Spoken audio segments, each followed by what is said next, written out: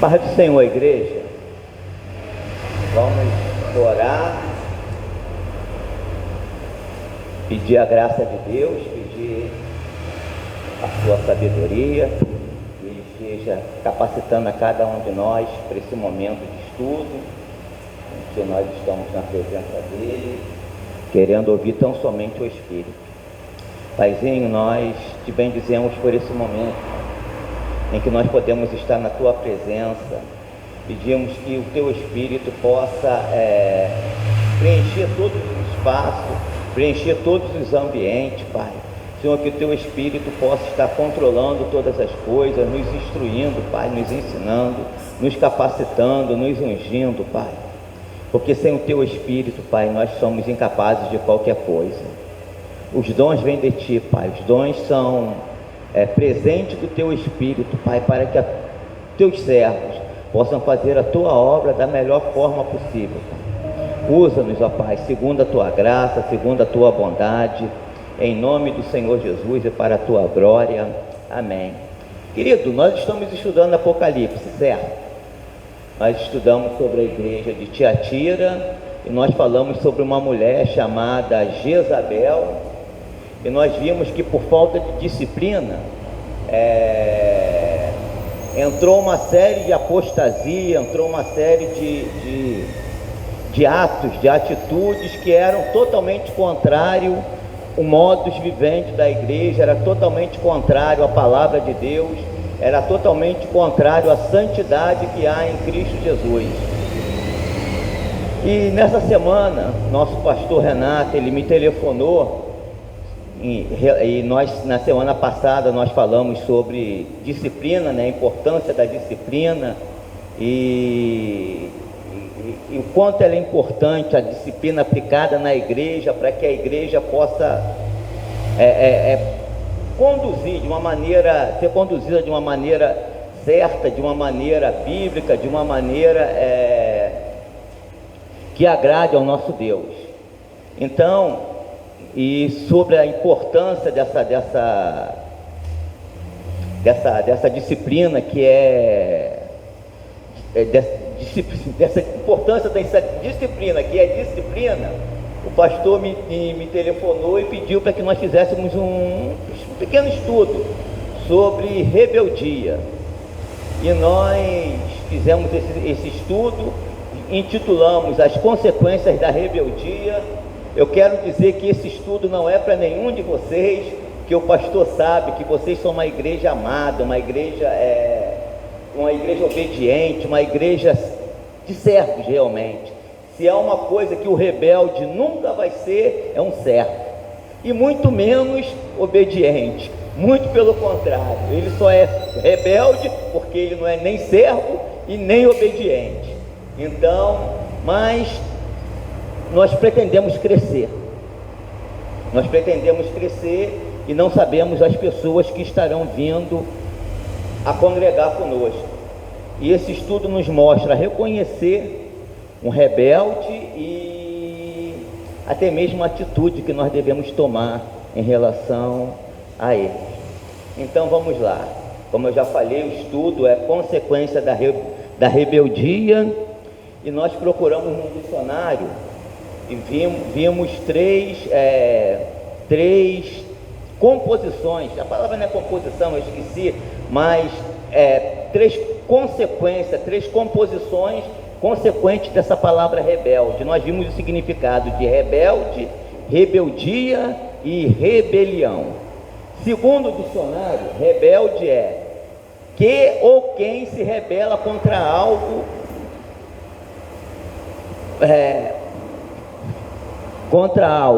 Os guerrilheiros rebeldes que queriam sua pátria independente escondiam-se na floresta e atacavam de surpresa o exército do país que os dominava. A guarda real tentou controlar a manifestação dos rebeldes que haviam se revoltado contra a execução do líder popular. Essa é uma do significado da palavra rebelde. E o outro é quem não segue nem obedece regras ou a outras pessoas, tá? E rebelião Aqui não, ainda tem mais uma parte. Embora faça parte do grupo de alunos rebeldes que tem problemas com a disciplina. Rosa, embora faça parte de um grupo de alunos rebeldes que tem problema com a disciplina. Rebelião. Primeiro significado: um movimento de revolta em que alguém se rebela ou se mostra contra algo. Em uma rebelião, presos tomaram conta do presídio, queimaram colchões e fizeram reféns. Isso aqui não acontece no Brasil não, tá? Isso aqui foi um exemplo lá de fora, tá? Que no Brasil não acontece isso não. Segundo, situação em que uma pessoa ou grupo não obedece a uma autoridade. Isso é significado da palavra rebelião e rebeldia. Rebeldia é a característica do rebelde. Todo rebelde, ele pratica rebeldia. Qualidade da pessoa que não obedece ou se opõe à autoridade. Então, isso são os significados das derivações da palavra rebeldia. Primeiro ponto: o que é a rebelião aos olhos de Deus? Jô, eu te peço que você abra em 1 Samuel, capítulo 15, estaremos lendo do verso 22 ao verso 23. 1 Samuel 15, de 22 a 23, e nós vamos ver o que é a rebelião aos olhos de Deus.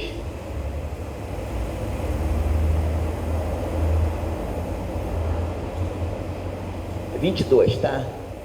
Isso, 22 e 23.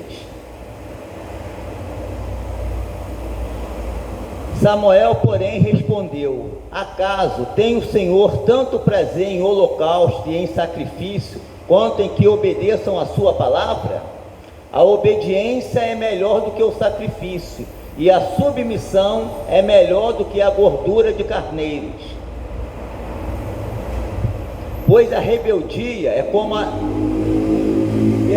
porque a rebeldia é como o pecado da feitiçaria, a arrogância com o mal da idolatria. Assim como você rejeitou a palavra do Senhor, ele o rejeitou como rei. Isso foi Isso foi a palavra de Samuel ao rei Saul, que não cumpriu a palavra de Deus, deixando vivo o rei, se eu não me engano, dos Moabitas, eu não li o contexto total, e livrando o melhor daquele povo. E a desculpa que ele deu para Samuel: não, nós pegamos o melhor daquela cidade para sacrificar ao Senhor. Por isso Samuel disse ele. Mas aos 23, Jô, por favor. Aos olhos de Deus, a rebeldia é como o pecado da feitiçaria. Aí eu fui num dicionário bíblico para ver o significado de feitiçaria. Aí eu achei lá feiticeiro. Aí o que o dicionário traz? Pessoa possuidora de conhecimento sobrenatural sob a forma de feitiçaria. Da feitiçaria que se refere. A Bíblia, baseada em pretensas comunicações com os espíritos, forma de feitiçaria, a que a Bíblia se refere? Baseada em pretensas comunicação dos espíritos. Primeiro, Isaías 8:19.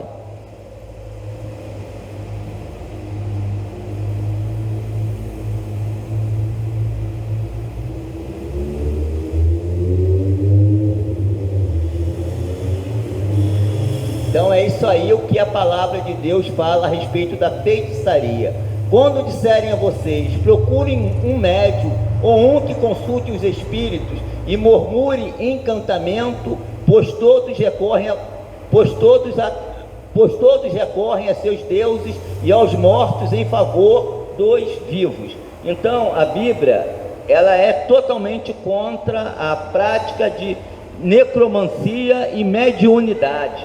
A Bíblia, ela é totalmente contra. O feiticeiro, ele murmurava a palavra de modo a parecer que era a voz dos espíritos. Quem já foi numa sessão espírita sabe disso.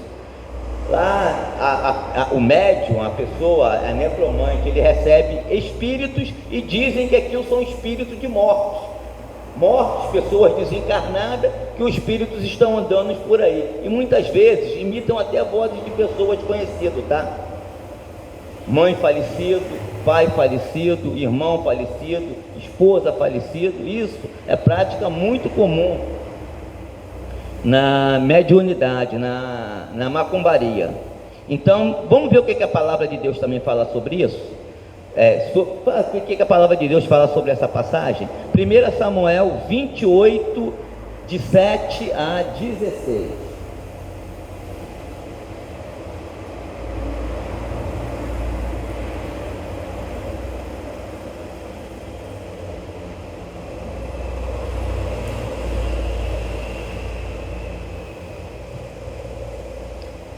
Então Saul disse aos seus auxiliares: procure uma mulher que invoque espíritos para que eu a consulte. Eles disseram: existe uma em Endor. Saul então se disfarçou, vestindo outras roupas, e foi à noite com 2 homens até a casa da mulher. Ele disse à mulher: invoque um espírito para mim, fazendo subir aquele cujo nome eu disser. A mulher, porém, lhe disse: certamente você sabe o que Saul fez. Ele eliminou os médiuns e os que consultam os espíritos da terra de Israel. Por que você está preparando uma armadilha contra mim? Por que você está preparando uma armadilha contra mim que me levará à morte? Saul jurou-lhe pelo Senhor: juro pelo nome do Senhor que você não será punida por isso. Quem devo fazer subir? Perguntou a mulher. Ele respondeu: Samuel. Quando a mulher viu Samuel, gritou e disse a Saul: por que me enganaste? Tu mesmo és Saul. O rei lhe disse: não tenha medo, o que você está vendo? Não tenha medo, o que você está vendo? A mulher respondeu: vejo um ser que sobe do chão. Ele perguntou: qual a aparência dele? E disse ela: um ancião que veste um manto está subindo. Então Saul ficou sabendo que era Samuel. Inclinou-se e prostrou-se com o rosto em terra. Samuel perguntou a Saul: por que você me perturbou, fazendo-me subir? Respondeu Saul: estou muito angustiado, os filisteus estão me atacando e Deus se afastou de mim. Ele já não responde nem por profetas, nem por sonho. Por isso te chamei para me dizeres o que fazer. Disse Samuel: por que você me chamou, já que o Senhor se afastou de você e se tornou seu inimigo? O Senhor fez o que predisse por meu intermédio. Rasgou de suas mãos o reino e o deu a seu próximo, a Davi. Porque você não obedeceu ao Senhor, nem executou a grande ira dele contra os amalequitas. Não era moabita não, tá, querido? Eram amalequitas. Ele fez isso a você hoje. Então, se a gente for olhar esse texto aí, parece que foi Samuel verdadeiramente que apareceu a Saul, né? Mas esse próprio texto aí tem algumas coisas que mostram que não era Samuel. Primeiro, Samuel era servo de Deus? Era ou não era, gente? Era. O servo de Deus, quando morre, vai para onde? Não ainda, mas vai para a presença de Deus, vive na presença de Deus. As regiões celestes, é em cima ou é embaixo? Em cima. Por que Saul disse, a mulher disse, ele vem subindo, e Saul disse, por que me fez, e Samuel, né? através da mulher, disse: por que me fez subir? Isso é o primeiro erro que a gente mostra ali, que não foi Samuel. Segundo,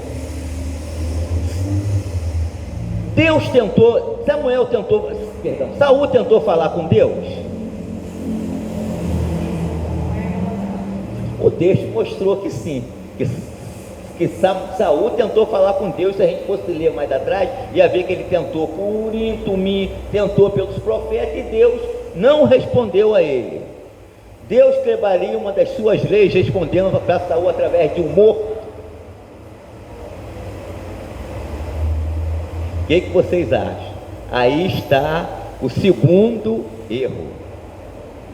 O terceiro erro nós não lemos, mas está naquilo que Saul fala, naquilo que o pretenso Samuel fala a Saul. Se a gente for analisar o que pretenso Samuel falou a Saul, a gente vê que algumas coisas cumpriram, porque Deus já haviam falado, mas algumas coisas não aconteceu exatamente da maneira como pretenso Samuel havia falado. Deus erra? Então, queridos, não era Saul. Aliás, nós já sabemos que não era Saul. Lá na passagem de Lázaro e do homem rico, o homem rico lá queria que Abraão fosse lá e falasse para os amigos dele, para a família dele: ó, não dá não, eles têm lá Moisés e os profetas, que o escute. E aí, querido, quando ele fala Moisés e profeta, é a palavra de Deus, tá? Moisés referindo-se à lei, e os profetas, as profecias. Então, a gente viu que os espíritos não voltam. Então, a rebelião aos olhos de Deus é como pecado de feitiçaria. Nós sabemos que quem falou ali com Samuel foram demônios. Aliás, são demônios que se manifestam nas pessoas nessa ação espírita, parecendo que são pessoas mortas, tá? Perdão, tem mais aqui. Vamos lá. Em relação aos feiticeiros, nunca se faz menção do feiticeiro, senão em conexão aos espíritos familiares, porque pertence à mesma classe dos que invocam espírito dos mortos. Os cananeus, eles consultavam os feiticeiros. Deuteronômio 18, 9 a 12. Nós estamos falando sobre isso, tá? Porque nós falamos que, para relembrar vocês, que rebelião é a mesma coisa diante dos olhos de Deus. Isso, 18:9, como pecado de feitiçaria. Então vamos lá, ver o que a palavra de Deus diz. Quando entrarem na terra, isso aí é Moisés instruindo ao povo na entrada de Canaã, para que eles tomassem a terra, tá? Quando entrarem na terra que o Senhor, o seu Deus, dá a vocês, não procurem imitar as coisas repugnantes que as nações de lá praticam. Até o 12, tá, João? Não permitam que se ache alguém no meio de vocês que queime em sacrifício o seu filho ou a sua filha, e que pratique adivinhação, ou se dedique a magia, ou faça presságio, ou pratique feitiçaria, ou faça encantamentos, que seja médio, consulte os espíritos ou consulte os mortos. A grande maioria da instrução de Moisés ao povo: afaste-se dos feiticeiros, daqueles que praticam, que consultam mortos, daqueles que sacrificam os seus filhos. Então, a maioria das instruções de Moisés foi nesse sentido. Bem assim, os egípcios também tinham as mesmas práticas. Isaías 19:3.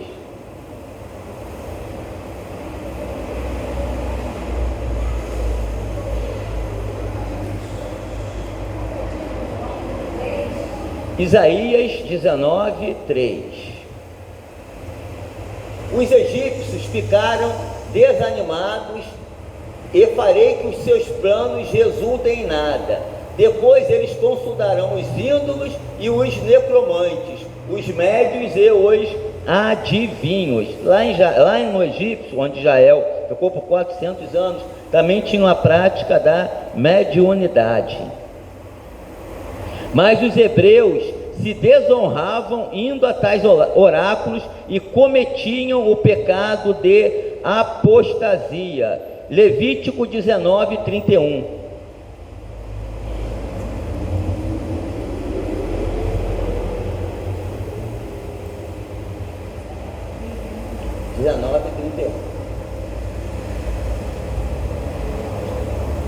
Não recorram aos médios, nem busque a quem consulte espírito, pois vocês serão contaminados, por eles. Eu sou o Senhor, o Deus de vossos pais. E Levítico 26.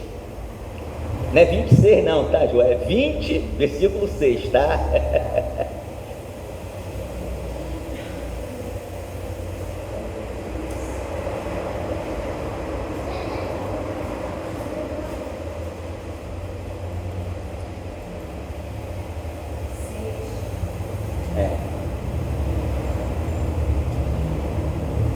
Voltarei o meu rosto contra quem consulta espíritos e contra quem procura médios para segui-lo, prostituindo-se com eles. Eu o eliminarei do meio do seu povo. É interessante, né, que Moisés tem usado a palavra prostituindo-se, porque normalmente quem consulta espíritos e os médios, eles são idólatras. E para Deus, idolatria é como prostituição. Vamos lá. Saul e depois o rei Josias. Não, perdão. O pecado de feitiçaria era punido com a morte em Israel. Levítico 20, 27.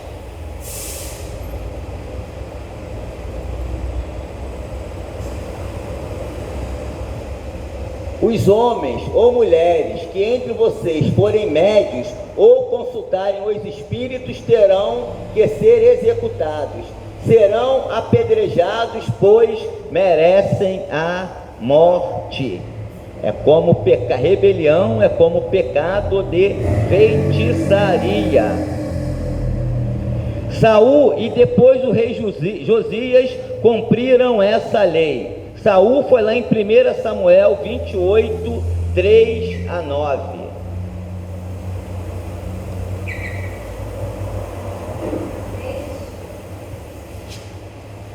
Primeiro Samuel 28, 3 a 9.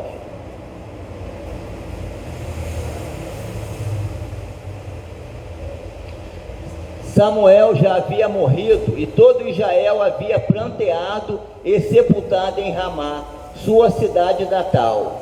Saul havia expulsado do país os médios e os que consultavam espíritos.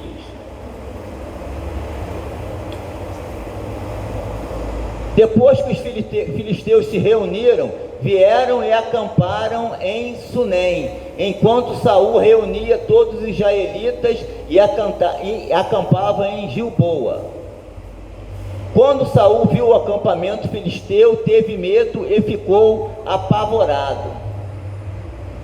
Ele consultou o Senhor, mas este não lhe respondeu, nem por sonhos, nem por Urim, nem por profetas. É aquilo que eu falei para vocês. Deus não quis falar com Saul, iria falar através de um morto, mas vamos lá.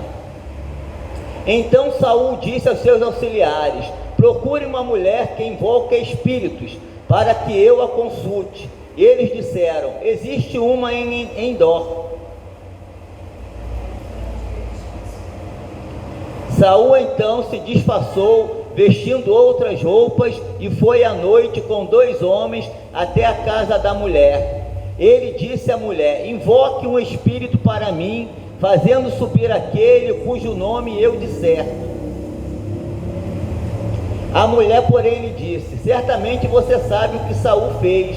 Ele eliminou os médios e os que consultam os espíritos da terra de Israel. por que você está preparando uma armadilha contra mim que me levará à morte? Então Saul, ele cumpriu essa ordem de Deus, e Josias também. 2 Reis 23, 24.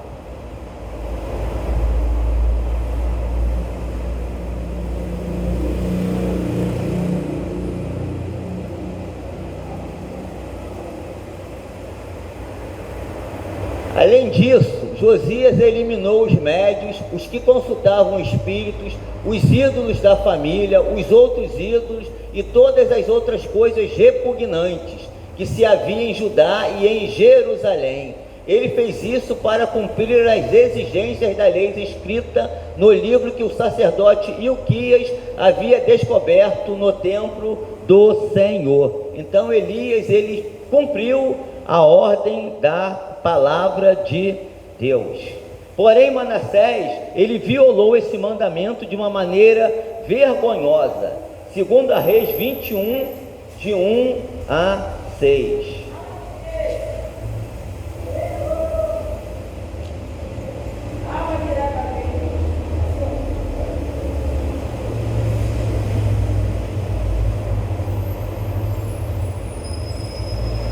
Manassés tinha 12 anos de idade quando começou a reinar e reinou 55 anos em Jerusalém.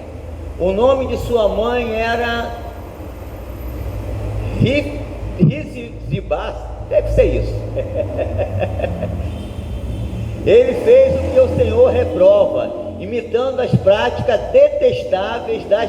Querido, vê as palavras que a Bíblia usa, tá? Repugnante, detestáveis, tá? Ele fez o que o Senhor, as práticas detestáveis das nações que o Senhor havia expulsado de diante dos israelitas. Reconstruiu os altares idólatras que seu pai Ezequias havia demolido e também ergueu altares para Baal e fez um poste sagrado para Azerá, como fizera Acabe, rei de Israel. Inclinou-se diante de todos os exércitos celestes e lhes prestou culto. Construiu altares no templo do Senhor, no qual este havia dito: em Jerusalém porei o meu nome. Nos dois pátios do templo do Senhor, eles construíram altares para todos os exércitos celestes. Chegou a queimar o próprio filho em sacrifício. Praticou feitiçaria e adivinhação, e recorreu a médios e a quem consultava os espíritos, e fez o que o Senhor reprova, provocando-lhe a ira. Pecado de rebelião, querido, aos olhos de Deus é como um pecado de feitiçaria. E nós vimos uma porção de versículos aí que mostra que feitiçaria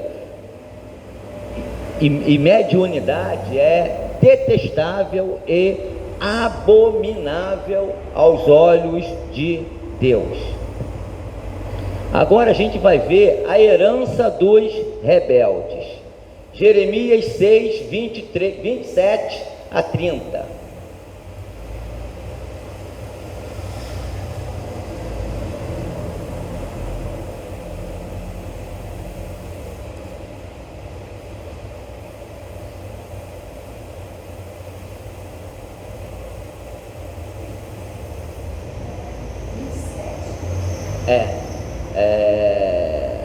Jeremias 6, 27 a 30. Isso, Jeremias 6, 27 a 30.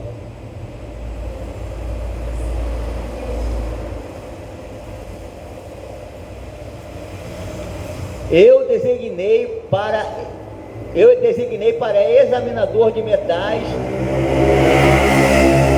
provador do meu povo, para que você examine e ponha à prova a conduta deles.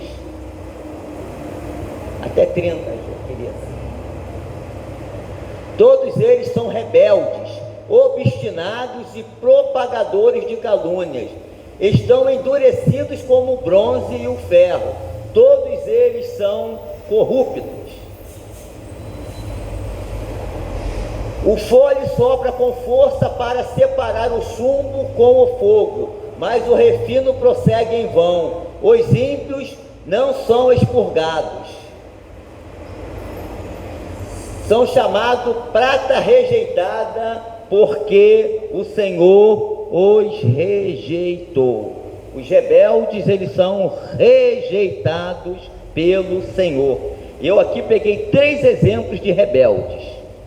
Primeiro, Abirão e Datã. Nós não vamos ler um texto, que é o texto longo, mas vocês anotem aí, que é número 16, 28 a 33. Abirão e Datã são os 2 irmãos que se rebelaram contra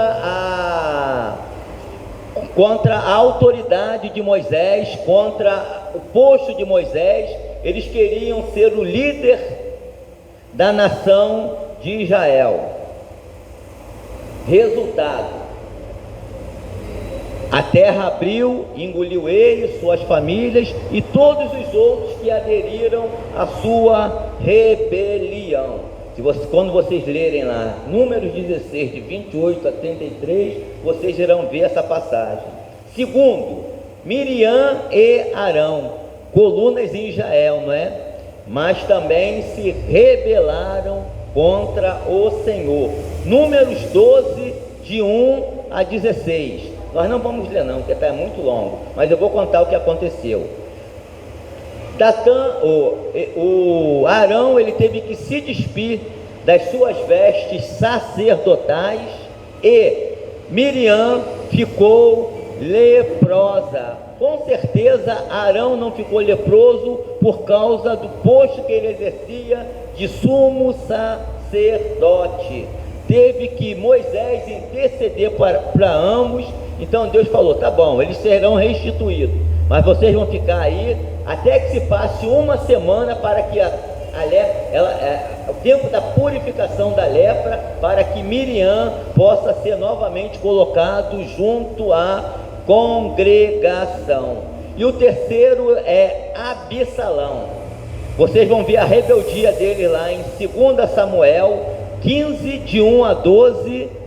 Não precisa não, porque é muito longo, tá? A gente já está terminando e é muito longo. Mas vocês anotem e olhem lá em casa, tá? 2 Samuel 15, de 1 a 12. E a consequência está lá em 2 Samuel 18, de 9 a 17.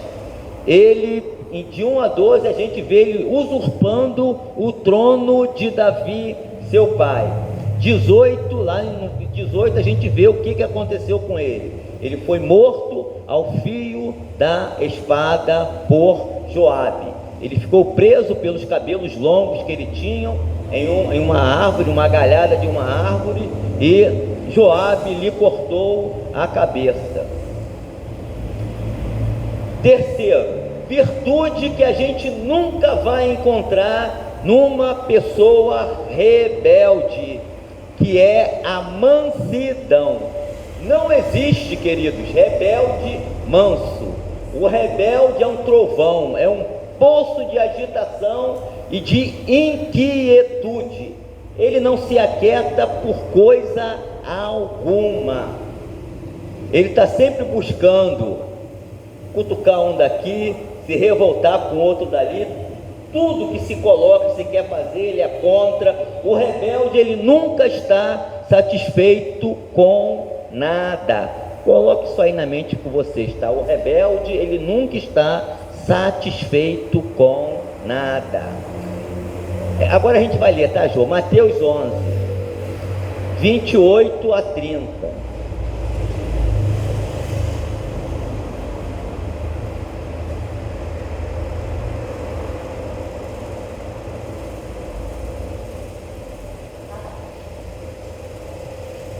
Venham a mim todos os que estão cansados e sobrecarregados, e eu darei descanso a vocês. Vocês imaginam um rebelde fazendo isso?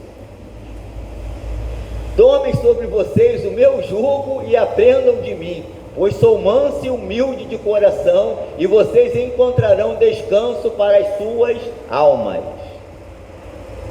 Pois o meu jugo é suave e o meu fardo é leve.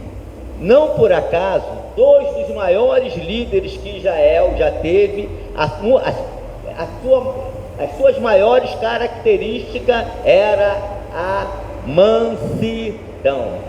Um foi Moisés, quando lá em Números 12:3, bota pra gente aí, Jô, Números 12:3, diz que Moisés era o homem mais manso da terra. Aquele que uma vez matou o egípcio tornou-se o homem mais manso. Números 12:3.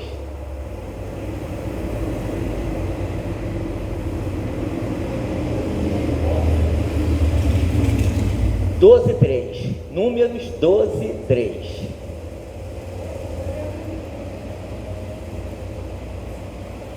Ora, Moisés era um homem muito paciente, a minha versão traz manso, tá?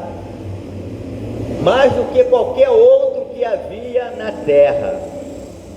Isso é uma característica do líder de Deus, tá? É a mansidão. A gente vê tanto líder bravo por aí, principalmente nas televisões. Esquece isso, tá? E o outro é Davi. Vamos lá, 2 Samuel 16, de 5 a 11. Esse texto eu faço questão de ver. E vocês procurem colocar um rebelde na condição de Davi, tá? 2 Samuel 16, 5. Chegando o rei Davi a Baurim, um homem da clã da família de Saul, chamado Simei, filho de Gera, saiu da cidade proferindo maldições contra ele. Isso aí aconteceu, tá? Logo após que Absalão usurpou e tomou o trono de Davi, tá? Ele atirava pedras em Davi e em todos os conselheiros do rei, embora todo o exército e a guarda de elite estivessem à direita e à esquerda de Davi. Enquanto amaldiçoava, Simei dizia: saia daqui, assassino, bandido.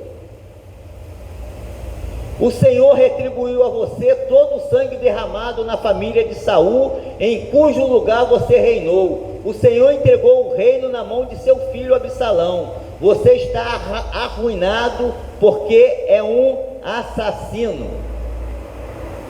Então Abisai, filho de Zeruia, disse ao rei: por que esse cão morto amaldiçoou o rei, meu senhor? Permite-me que eu lhe corte a cabeça. Olha a atitude de Davi. Mas o rei disse: o que é que vocês têm com isso, filhos de Zeruia? Ele me amaldiçoa porque o Senhor lhe disse que amaldiçoasse a Davi. Portanto, quem poderá questioná-lo? Disse então a Davi, a Abisai e a todos os seus conselheiros: até meu filho, sangue do meu sangue, procura matar-me, quanto mais este benjamita. Deixe-no em paz, que amaldiçoe, pois foi o Senhor quem mandou fazer isso. Até quando? Deixa eu ver. Até onde? Vocês conseguem imaginar um rebelde tomando essa atitude? Vou cortar a cabeça desse cão. É Deus que está falando através dele. Se o meu próprio filho procurou me matar, quanto mais esse descendente de Saul aí. Embora todos nós sabemos a história de Davi e Saul, nunca, em tempo algum, em momento algum, Davi levantou-se contra Saul. Muito pelo contrário, foi submisso até depois de morto, porque matou aquele que lhe foi levar a notícia da morte, dizendo que ele tinha matado a Saul. Até ali ele foi fiel ao rei Davi. Quarta parte, uma palavra muito dura. Provérbio 29:1.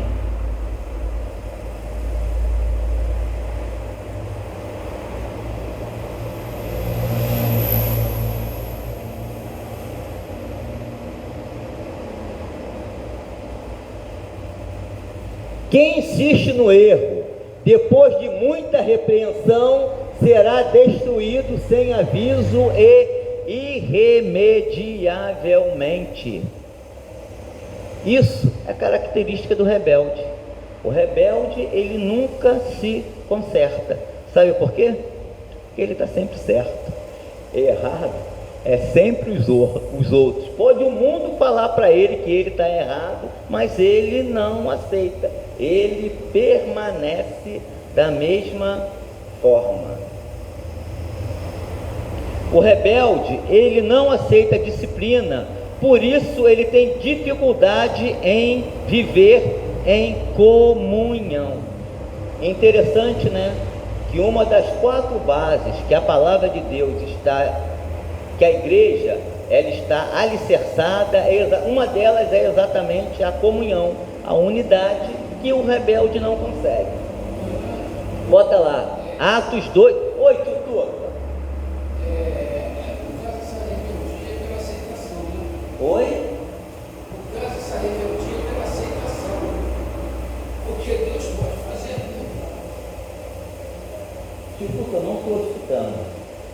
No caso, a rebeldia pela aceitação, porque Deus pode fazer, se eu não aceito, Deus não pode fazer nada.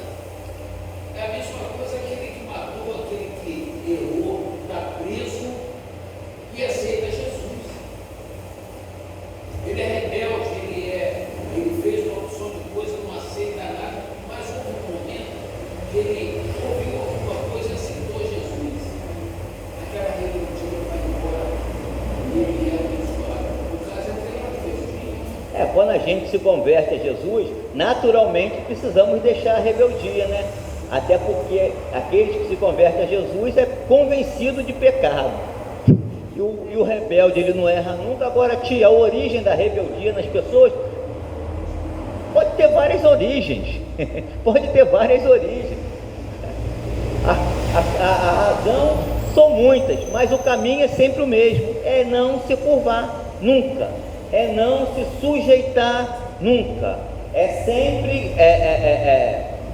sempre querer estar no topo. Ele quer sempre estar no topo, à altura, não quer nunca ver ninguém sobre a vida dele.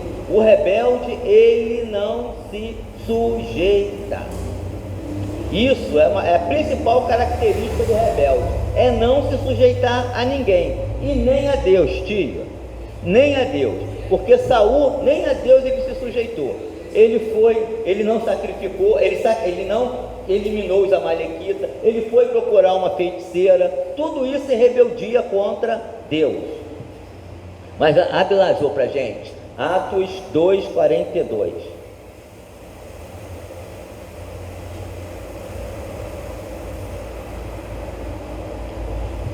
Eles se dedicavam aos ensinos dos apóstolos e à comunhão e ao partir do pão e às orações.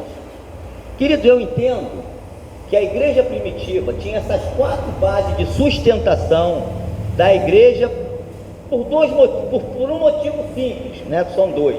Eles queriam cumprir os mandamentos de Deus. E quais são os mandamentos de Deus? Vocês se lembram? Os mandamentos. Jesus resumiu. Vamos usar o resumo de Jesus? Jesus falou que os mandamentos de Deus se resumiam a 2. Quais são eles? O grande, o maior. Amar a Deus sobre todas as coisas. O que a igreja primitiva fazia para amar a Deus? Eles perseveravam na doutrina dos apóstolos e eles perseveravam na oração.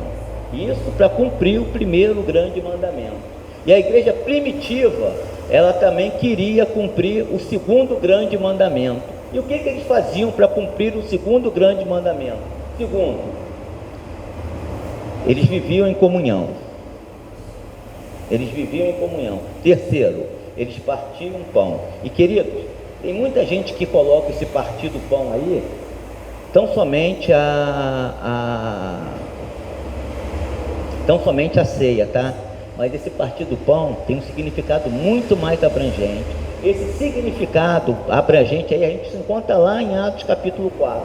Não havia nenhum necessitado entre eles, porque à altura que alguém tinha alguma posse, vendia e entregava aos pés dos apóstolos. Haviam todos eles abundante graça. Isso é a extensão desse partir do pão.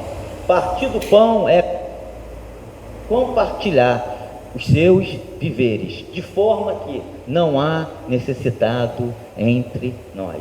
Eles faziam isso porque queriam cumprir o segundo grande mandamento, que é amar o seu próximo como a ti mesmo. Queridos, um rebelde nunca vai se enquadrar nisso daí. Viver em comunhão, partir o que os seus pertence, de jeito nenhum. Queridos, nós estamos encerrando.